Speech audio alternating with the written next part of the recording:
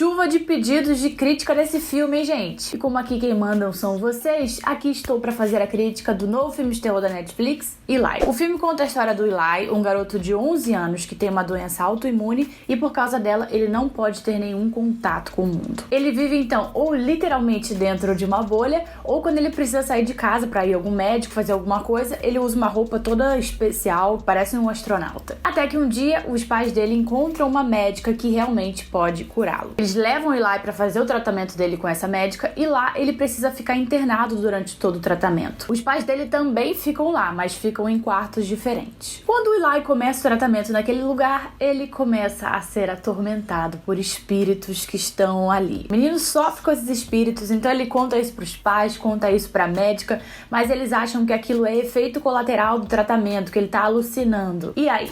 O Eli tá alucinando por causa dos medicamentos, do tratamento, ou ele realmente está sendo atormentado por espíritos? Esse vídeo até contém spoilers, mas só lá pro final, então fica tranquilo se você ainda não assistiu Eli, porque na hora que começarem os spoilers, eu vou dizer aqui. Eli por si só já tem uma história um pouco diferenciada, que tem os seus méritos, mas é o final que realmente vai te surpreender. E sim, eu já comecei o vídeo falando do final, porque caso você tenha achado a história fraca, eu já quero deixar bem claro que ela é diferente do que você está imaginando. Ao longo do filme eu pensei em várias possibilidades do que poderia ser aquilo tudo, mas nada do que eu pensei estava certo. O final veio e me deu uma surpresa de verdade. Se tem uma coisa que eu admiro em um filme de terror, é a capacidade dele de me fazer pensar em várias teorias e não conseguir adivinhar a resolução da história. E lá ganhou muitos pontos comigo por isso. Claro que eu não vim aqui dizer que ele é um filme perfeito, porque ele realmente não é. Ele tem seus pontos negativos, como por exemplo a quantidade de jumpscares, que é algo que não me agradou. Uma vez que ele entra naquela clínica, aquilo ali se torna uma história de casa mal assombrada com um adicional de um tratamento médico muito louco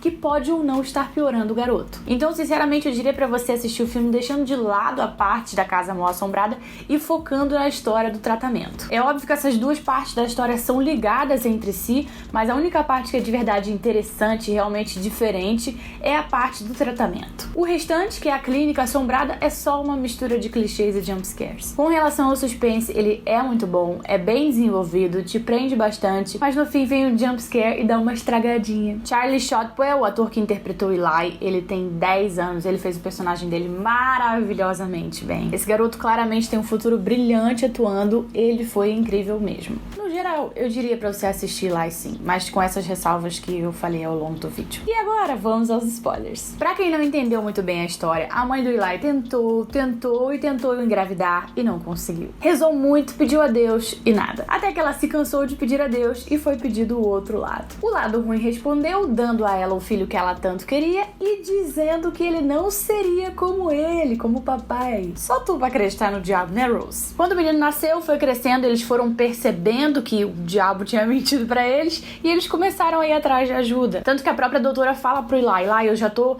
nessa com os seus pais há mais tempo do que você imagina. E por que os pais tiveram que mentir pra ele inventando uma doença autoimune? Se eles contassem pro Eli o que ele realmente é, ele nunca ia querer se tratar. Tanto que no final, quando ele descobriu o que ele era, ele aceitou aquilo tranquilão, muito bem, até que se conheceu o papai. Então eles passaram o tempo todo contendo ele, impedindo o contato dele com o mundo, escondendo a verdade dele para que ele não fosse ao encontro do papai e eles tivessem realmente uma chance de curá-lo. Curá-lo, né? Porque a gente fala como se fosse uma doença, na verdade não é. E não, eles não sabiam que a doutora Freira não tinha conseguido curar ninguém antes. Tanto que quando a Rose encontra o corpo das crianças, ela fica muito surpresa e fica com medo de que a doutora faça a mesma coisa com o Eli. É a cena que ela vai lá tentar libertar ele lá daquela cama. Aquela cama não, aquela maca. Antes deles levarem o Eli pra lá, eles realmente acharam que o Eli tinha uma chance de cura. E até a própria médica achava isso. Porque mesmo tendo dado errado com os outros, a médica realmente achava que ela tinha uma chance de curar o Eli. Mas como ela mesma disse, ele já estava no estágio muito avançado. E esse tratamento dele não era só exorcismo e água benta, não. Ele realmente envolvia uma parte científica. Era uma terapia genética associada ao tratamento religioso. Então aquela mulher ali era sim uma freira, mas ela também era imunologista. Aquilo não foi mentira. Eu achei bem legal essa resolução do filme, realmente me pegou de surpresa. Eu fiquei o tempo todo pensando ali se a resolução da história teria algo a ver com o sobrenatural ou se teria algo a ver com o científico. E no final, basicamente, teve um pouco dos dois. Claro que muito mais do sobrenatural, porque afinal de contas o menininho é filho do diabo e foi atrás do papai no fim do filme. Mas enfim, eu achei que eles souberam levar muito bem essa pequena confusão até o final, porque a gente realmente passa o filme todo achando que o menino tem aquela doença, mas ao mesmo tempo sabendo que tem alguma coisa de sobrenatural acontecendo ali. É um final surpreendente que faz o restante do filme valer a pena de ser assistido. Eu gostaria e acho que tem história para um segundo, porque eu queria muito ver o Eli curado, né? E afinal de contas, crianças demoníacas andando pelo mundo não é lá uma coisa muito legal. Típicos clichêsões do terror presentes no filme. Clínica médica com cara de mal assombrada, localizada no meio do nada e ainda com uma neblinazinha ali pra completar. Jumpscares a rodo no escurinho. Aquela típica pessoa que tá ali do lado de fora e fala que aquela casa ali tem alguma coisa de errado. Espíritos que não se decidem se querem te ajudar ou te assustar. E por aí vai. Inclusive eu achei isso dos espíritos um furo, sabe? Porque se os espíritos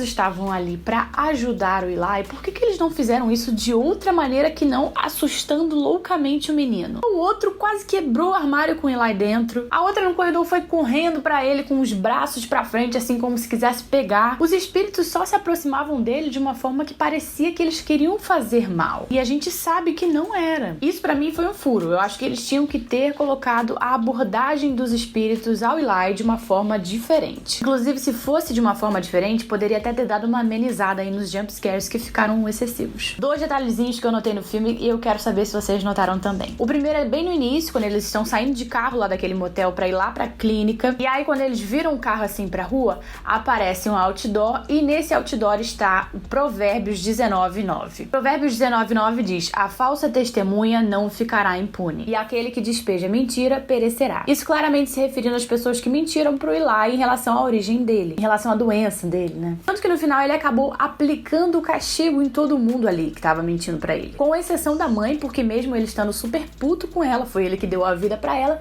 e foi ela quem contou toda a verdade pra ele. E outro detalhezinho foi a hora que o Eli saiu da cama de madrugada pra investigar lá os arquivos, que não sei se vocês notaram, mas foi exatamente 1h37 da manhã. Sendo que os números que os espíritos passaram pra ele era 317. É só dar uma invertida aí. Isso com certeza não foi uma coincidência, né? Pra ficar mais óbvio ainda, ele só precisava ter saído da cama 3h17 da manhã, mas aí eles inverteram os números, sei lá por quê. Me contem aqui embaixo se vocês captaram esses detalhezinhos também. E é claro, me contem se gostaram do filme ou não. Aqui do lado tem mais 2 vídeos sobre filmes de terror pra vocês assistirem, caso não tenha assistido ainda.